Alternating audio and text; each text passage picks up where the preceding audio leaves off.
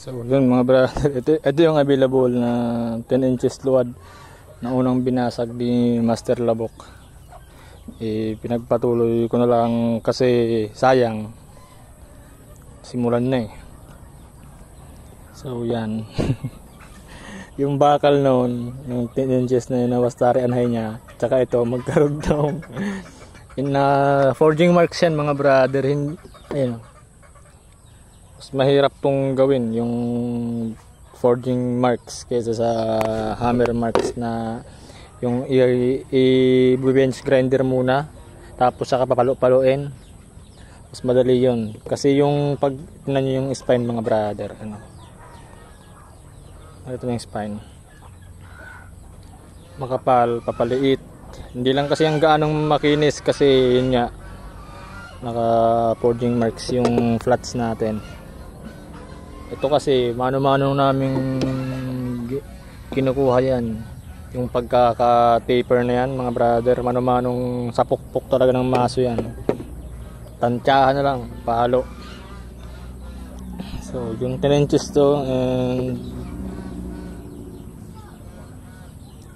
yan sa talas,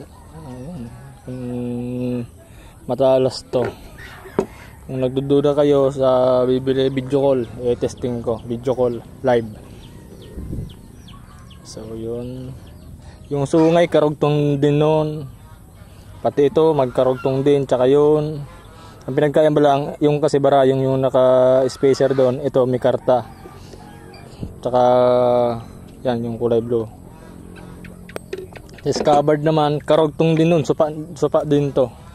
So ibig sabihin pang-apat to na build na supa. Yung clip karugtong din.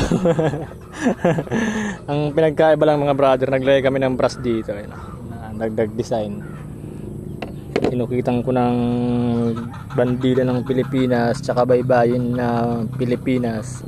Kasi kahit maraming taong halang ang kaluluwa dito sa Pinas mga brother, mahal ko ang Pilipinas. Kaya yan, inukit ko yan dyan. And yun, magtatanong kung magkano, mura lang to kung contractor ka. Bari-bariya lang to kung contractor ka. So sa magkaka-interest dito, PM na lang. So yun mga brother,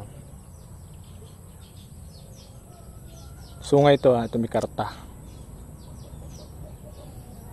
Diyan yung clip.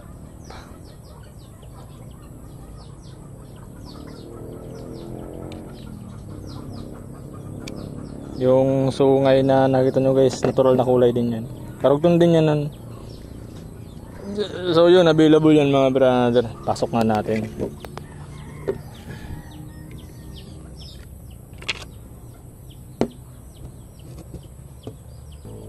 So yun mga brother, supa wood yung scabbard. So yun, PM na lang sa mga maghahagusto rito.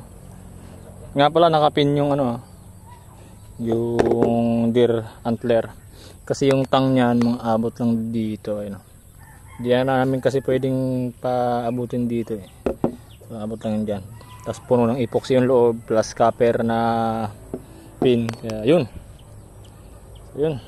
thank you.